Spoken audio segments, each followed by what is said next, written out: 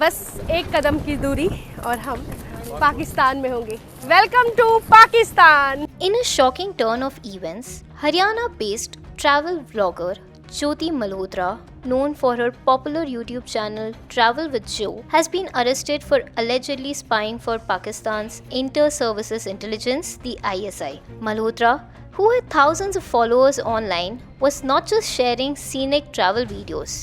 Authorities say she was part of a secret espionage network passing sensitive information to Pakistan. Her arrest was made in a joint operation by Central Intelligence Agencies and Haryana Police. Investigators found that she regularly communicated with Pakistani handlers using encrypted apps like WhatsApp, Telegram, and Snapchat. What raised red flags was her 2023 visit to Pakistan. Sources say she got her visa with help from commission agents and soon developed close ties with the Pakistani High Commission staffer in Delhi, Ehsan ur Rahim, who used the alias Danish. Danish later declared persona non grata and expelled by Indian authorities on May 13, 2025, reportedly introduced her to ISI operatives. One of them, using the alias Rana Shahbaz, and saved in her contacts as Jat Randhavna, is believed to be romantically linked with her.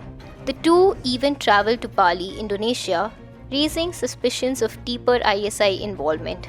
Seized devices revealed she had shared photos and videos of sensitive Indian military locations. Some of this content was allegedly hidden in her travel vlogs, making it hard to detect. Malhotra is not the only one.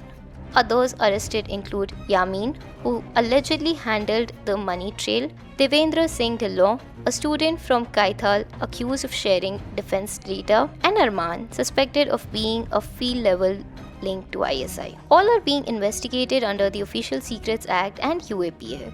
Experts say this case marks a disturbing new trend where digital influencers are used as tools for psychological warfare and information leaks. The Ministry of Home Affairs is now reviewing visa policies for influencers and asking platforms like YouTube to monitor content more closely. As this case unfolds, it reminds us espionage in the digital age no longer wears a uniform.